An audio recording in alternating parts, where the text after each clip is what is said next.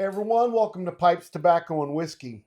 So we are starting off the new year with a blend that we picked up on the last Esoterica and Germain drop.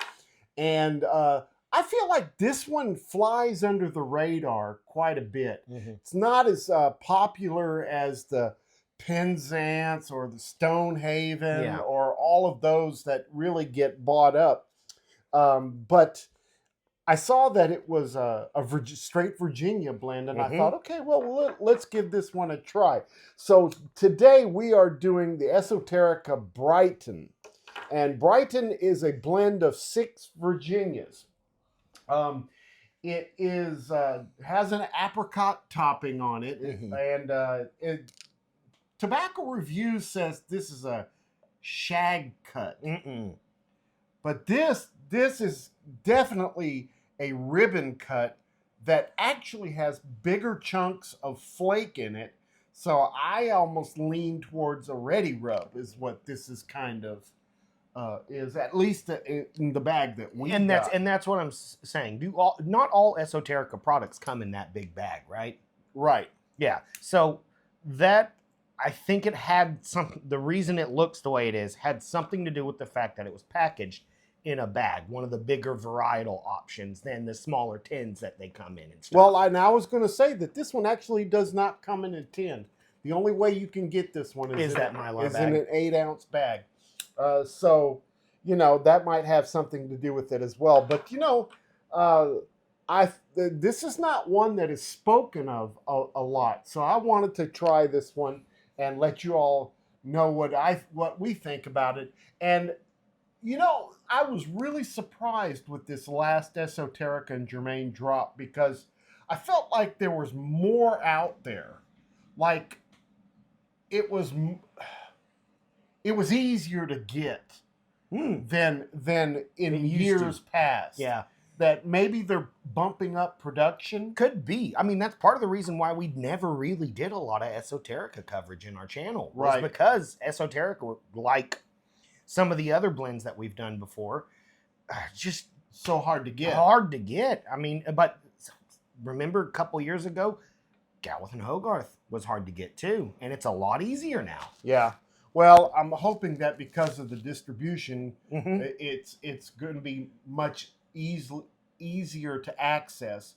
But like I said, I placed 2 separate orders with Smoking Pipe. I did one day, and I ordered about 5 different bags of Esoterica. Yeah. And then the second day, I did maybe like 2 bags of Esoterica and maybe 3 or 4 tins of the Germain stuff. So it was, it was easier to get, and it didn't sell out like immediately within an hour. Yeah. Yeah, and that's what we're used to. Yeah. So whatever's going on with that, good. Yeah. Because Esoterica's, I wish we could do it with rat trays too. Yeah, well, maybe we can start adding some more of the Esoterica's line. I know that there's still some brick and mortars that still have Esoterica on their shelves from this last drop. So yeah, go give it a shot and see what you can find. But to finish up on this one, the strength on this one is moderate. The taste on this is moderate as well. We're going to talk about some other things. The description that Esoterica puts out with this is a notably smooth blend of 6 Virginia tobaccos, light in color, soft, and satisfying. And of course, this is made by the J.F. Germains and Sons in the United Kingdom. And so let's go ahead and talk about this one. What I've experienced with this has been really pleasant. I really have enjoyed this one. As a matter of fact, I enjoy it more than some of the biggies that they put out. So that's what I was going to go into. Not to get straight, I do have one other question I want to ask about Esoterica stuff, but we can leave that to the end. But yeah, this one for me, I'm a straight Virginia lover kind of guy. And just a little bit, a light apricot topping that you get on it. This is, to me, it's a little better than some of the other blends. I'm with you on that. Yeah, I mean, you get more money, more bang for your buck on this one, and I'm there's no. Well, we'll talk about all of the tastes and everything. Let's go ahead and talk about the tin note right now. We're eager to get into it, guys. Yeah. So we'll start with the tin note. So, the first thing I get right out of the tin note is it really does. I mean, the grassiness and the lemon and that tart, that citrusness, and the honey comes through, but it matches so well with that apricot topping. It's like an apricot bomb almost. When I first opened the Mylar bag, my wife smelt it from the chair when I was in the kitchen, opening the bag and everything. Like, she was in the living room, smelt it from the chair when I opened it. She thought I made toast and opened up or dropped an apricot jar, like apricot jam jar or something. This is so rich with that apricot smell. I almost thought it was an aromatic when, like, it was mislabeled. They put an aromatic in there or something. Well, when they add a topping like this, me personally, I consider it an aromatic. This is definitely an aromatic, but the British, along with the Germans, really know how to do an aromatic because they don't goop it up. That's exactly where, that comes into the taste and the smoke of it. But it's this. I think they would consider it an aromatic, just because of that apricot topping. Okay, slight. So I get the apricot in here, but you know what? There's something else. There's almost a licorice, like an elderberry scent or something like that. I don't know, but it just counters the apricot. It kind of balances the sweetness with this kind of a licorice essence. Yeah, it's really interesting. There's the Virginias, of course, are nice. There's a full-bodied citrus in there. There's sweetness like a honey kind of sweetness in there. There's a grassiness and earthiness, very light spiciness. But that licorice is and I think some people confuse that with a dark fruit smell. It's not dark fruit smell. It's a licorice. It's got a licorice in it. I think they do. I think they do that because licorice mostly comes black licorice, like that. See, the licorice is only there as that essence. Now, I get it more in the taste of the smoke, that licoriceness that you're talking about. Yeah, but well, Esoterica does use licorice as a topping in some of their blends. Yeah. And so it's very possible that we're not crazy, that there is a slight licorice topping. There could be. Here. One of their Virginias could be, of the 6 varietals that they have, could have been treated with a licorice. Yes, that's what I'm thinking. That's what I'm thinking. So anyway, and there's a nice tartness to this. It counters the sweet. It's just a really balanced tin note on this. It's really nice. It's a good aromatic smelling tin note.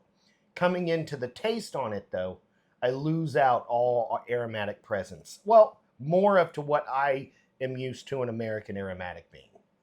And I think there needs to be a distinction between the two. Yeah, this is definitely not like an American aromatic. There's no similarities at all. They're just I think that the UK, the Germans, sometimes some Danish aromatics, they just handle it. They treat the tobacco with more respect, I think, rather than just dumping a lot of topping on a leaf.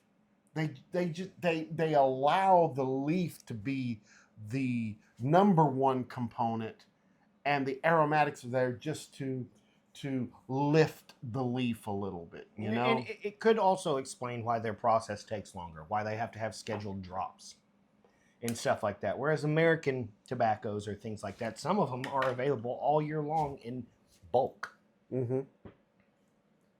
The process might take more time. Well, what are you getting on the taste? So the taste, I get a slight licorice taste. And a slight apricot taste as well. It really is more of a fresh apricot flavor than it is like jam or anything like that. It's not more the sweet. It's not sweet. Jelly. Yeah. Preserves. You get the nice tartness, a little bit of sweet. This is where the licorice is coming through to me. I didn't smell it when we first opened. As I smoke it and then smell it, that's when I'm getting the licorice. And the reason is because I'm tasting it, because it is doing the same things licorice does to your taste buds, where it's that slightly numbing, that coating kind of feeling that you get with licorice. And it's complementing the blend very, very well, because it's cutting the tartness that could burn. It's cutting that citrus that sometimes causes me to want to smoke differently. Yeah. And then there's a light bit of earthiness, but mostly this is a very bright, very floral Virginia blend for me. And it's not harsh. It does smoke a little hot, even in this nice big bowl. I'm feeling a lot of heat. Yeah. But that's typical of full Virginia blends, especially bright Virginia blends. Mm-hmm.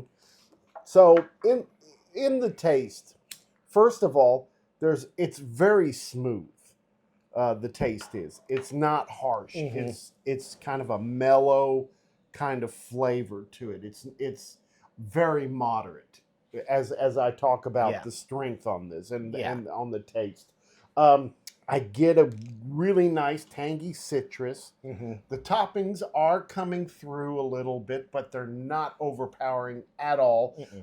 And I'm opposite of you. I actually get more of the apricot than I do of the licorice. Yeah. That's just us. You know, there's so much, so many different things that people pick up in flavors. Mm-hmm. You know, you're not going to get the same as I am. We've talked about that before. And you know, you tend to pick up the more bitter kind of flavors than I tend to get the sweetness. There's a really nice honey taste to this, lightly floral. There's a hint of like grapes in here. There's a nice earthiness. There's a nice grassiness to it. I get a little bit of a woodiness in this as well. See, I get a bit, when it comes to earthiness or woodiness, the only thing that I'm really getting more of a spruce than it would be like a cedar or something like that kind of feel. It's very green with the smell. Like cedar, I often associate with brown or red flavors or things like that. Kind of that. It's weird how my mind works with that stuff. But this is so like an evergreen, maybe a juniper. A green, a juniper. Juniper is a very good one, because this would make me want to have a gin. A gin, yeah. This is something where I'm almost sitting here drinking an Oktoberfest with this, going, I could go for a gin and tonic now. Yeah. That juniper berry would complement that licorice or a nice little drip of sambuca. You know, something to just bring out more of what it is. Yeah, and I think that that grapefruit flavor in a tonic water would kind of add to the citrus essence that we're getting on this. Yeah. Really would. So to me, when I think of those flavors and I smoke this, I think green, I think yellows, I think blues, and I go, so this is, to me, when it comes to taste, it's possible for it to be an all-year smoke. All year, all day, because it's so smooth, so mild-mannered when it comes to the smoke. I think this is going to shine really, really well in spring, in summer, especially when it starts getting hot. Yeah. And you want that nice ice-cold beverage or something like that. Yeah. I think that's why it is getting overlooked. And you know, the like I said, the toppings are very minimal in the smoke. Mm-hmm. You get it much more in the tin note than you do in the smoke.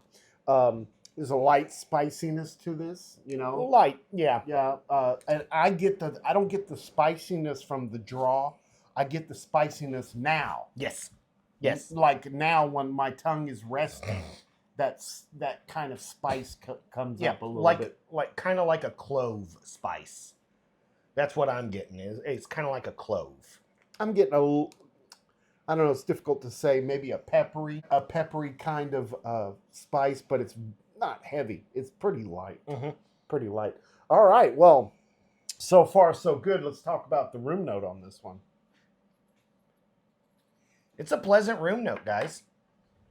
There's no heavy tobacco overhead on this. It doesn't smell like tobacco. Now it smells like smoke. But it doesn't last forever. It doesn't last, but I lose any of the apricot in the room note. It's just a nice light Virginia room note to me. I lose any of the toppings back out. So it starts strong, does medium, disappears. Yeah, it's very tobacco-y. Yeah. Yeah, but it's light. It's not heavy at all. And to kind of talk about what you had already mentioned, this is an all-day, everyday Virginia smoke. Yeah. You could smoke this all the time. You know, next time this comes available, probably in 6 months before we see another drop of any of this stuff. Maybe even a year, who knows?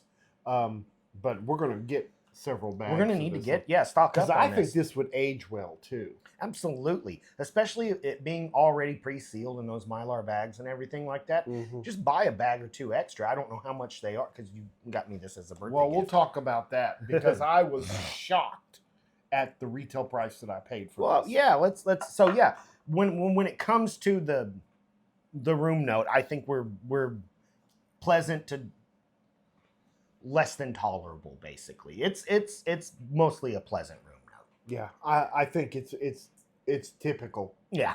Typical. So moisture content on this. I've had to have a couple relights. Yeah, I feel like it's a little bit moist. It's on the moist side. Mm-hmm. That some drying time would do it some good. But again, I've said before that when I have a tendency to taste more of a spiciness when I let things dry out. So yeah. I wouldn't dry it out for a long time. I'd probably let it sit for about 15-20 minutes and then stuff it and smoke it. I wouldn't let it go any farther than that. Yeah. So anyway. Nick hits about the same. We talked about that it's all day smoke. Yep. So a couple of things that you need to know about this as far as just how it smokes. You know, it's not a complex blend. No. But it is an enjoyable blend. Yeah. It burns at an average tempo. It's cool. It's clean. The flavors are consistent. Mm-hmm. It's a nice sweetness there. The aftertaste is not very long. It doesn't linger for a long time. No. There's no bite. It's not harsh. I do get some moisture in the bowl. Yeah.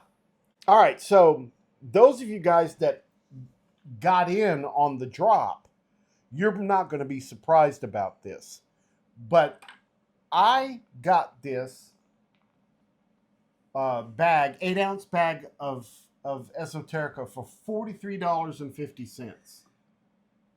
And on the secondary market, you're going to pay for Esoterica. You're going to pay over $100 easy. Yeah. I paid $200 for a bag of Stonehaven one time. Yes. And I've seen prices as high as $500 a bag. Yeah.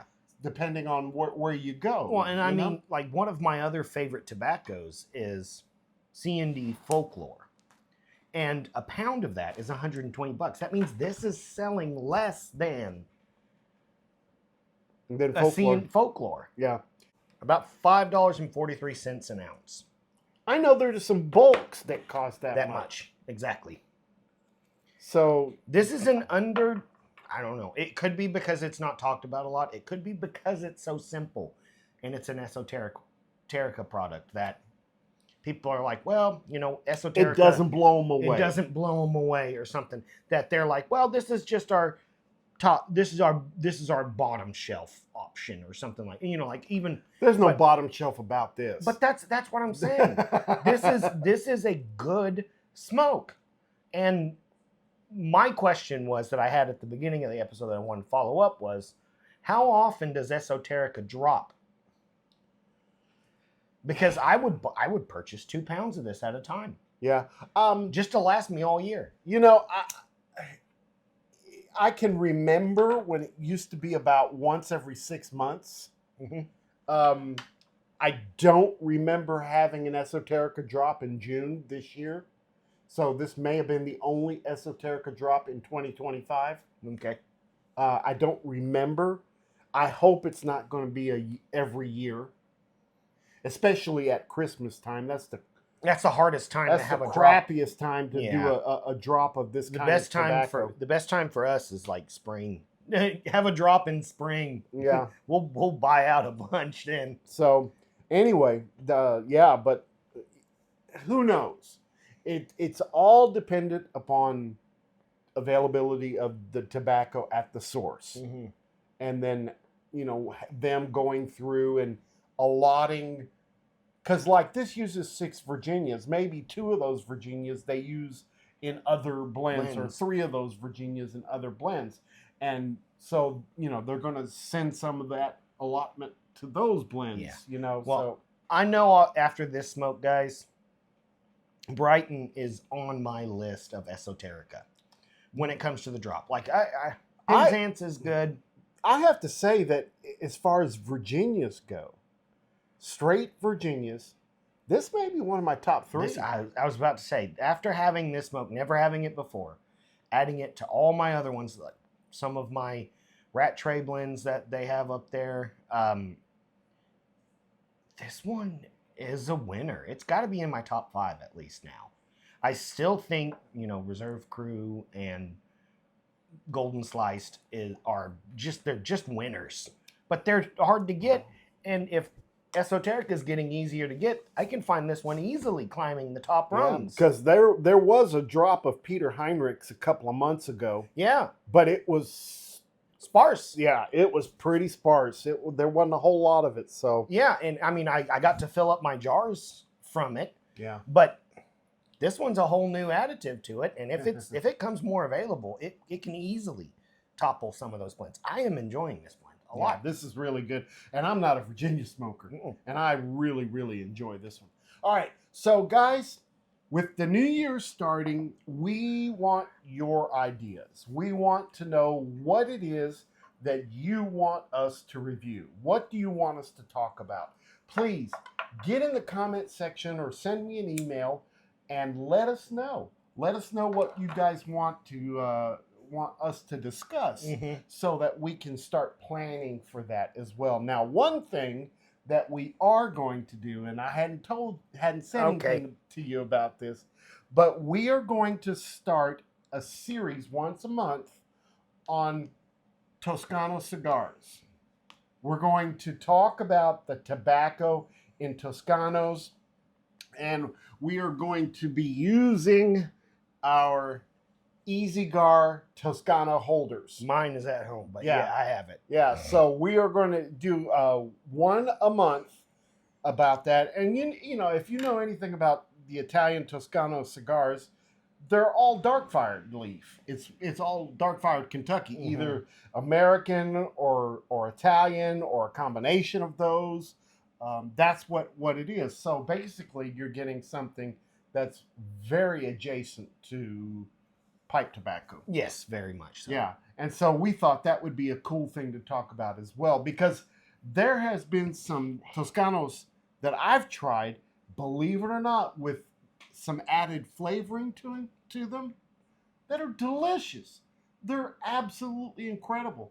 And there's some that are in Italy that you can't get here in the United States that I've been able to get a hold of. Okay. So we're going to talk about those too. You can get online and order them from Italian online tobacco places. Yeah. You're going to pay a tariff for them. You know, it's a little bit higher. But anyway, you can still get them. You just can't get them here in the United States. Yeah, they're not here ready to go. Yeah. So anyway, we're going to add that to the list of things that we're going to be giving to you during this new year. So again, send us your thoughts. We'd like to see them. We'd like to talk about them. We'd like to get some material out there that you guys are interested in. Okay, well, this is a great one. I'm glad I got this for you because I bet you're going to smoke the tar out of this one. So that's once again, it's like my golden slice. It goes into the problem. It's one of my top favorite Virginia blends. Do I smoke it all or do I ration it? That's why I want to know about the Esoterica. A little bit of all of them. If I can get and just rotate. And that's what I did. I have a jar. This jar is the used jar. Then I have a jar that's the not used jar. And that jar is back there with my not used jar of golden sliced. So when I run out of my used jar or my reserve crew, I've got ones that are rotating. I can go grab the jar. But it depends on how often this pops up. Because at least once a year, I can refill my used jar of Peter Heinrichs. Somehow, one way or another, I can find it. Surely we're going to be able to get this at least once a year. Yeah. Yes. And so that would refill my used jar. All right, guys. Well, that's what we got for you this week. We hope you enjoyed it. Don't forget, make all your piping moments count. We'll see you next time and have a great week and a great new year. See you guys. Bye-bye.